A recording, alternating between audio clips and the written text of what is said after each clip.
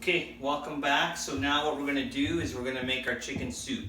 So we've let our stock simmer overnight in our crock pot on low. So I shut it off about 3:30.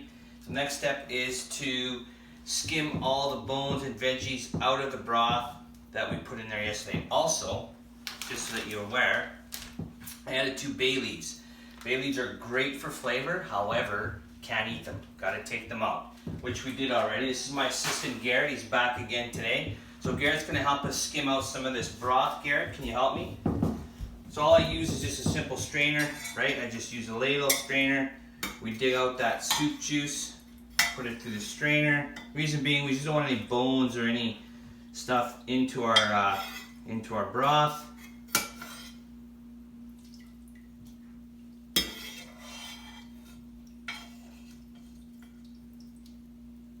Okay, so that's a great job, Garrett.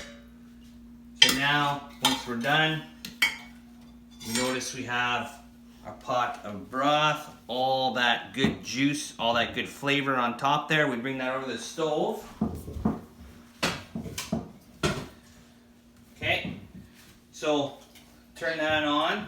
So what I put in my chicken soup, and it differs for everybody, but I put carrots and celery, okay?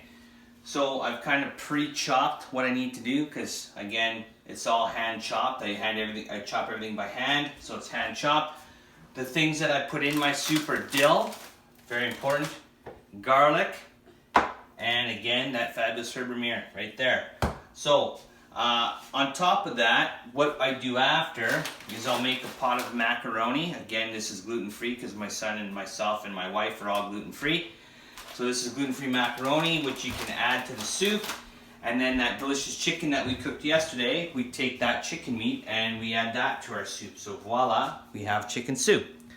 So we got our pot on simmering. We're gonna add our spices. Garrett, you wanna come in here and join me? So Garrett's gonna be the young gentleman that adds all of the good stuff. Did you wash your hands, Garrett?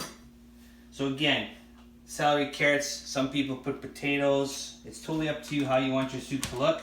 But again, this is, my wife is fighting her autoimmune. So her diet, so we're very specific in what we put in our soup. So my wife can have carrots. So we put our carrots in. Okay, now we'll dump our celery in.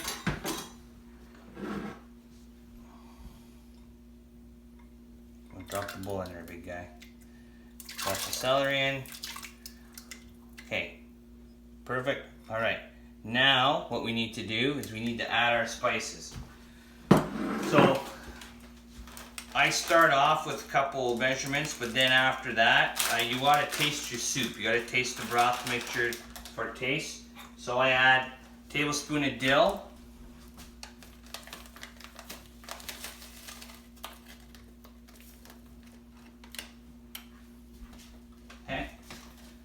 Then a teaspoon of garlic.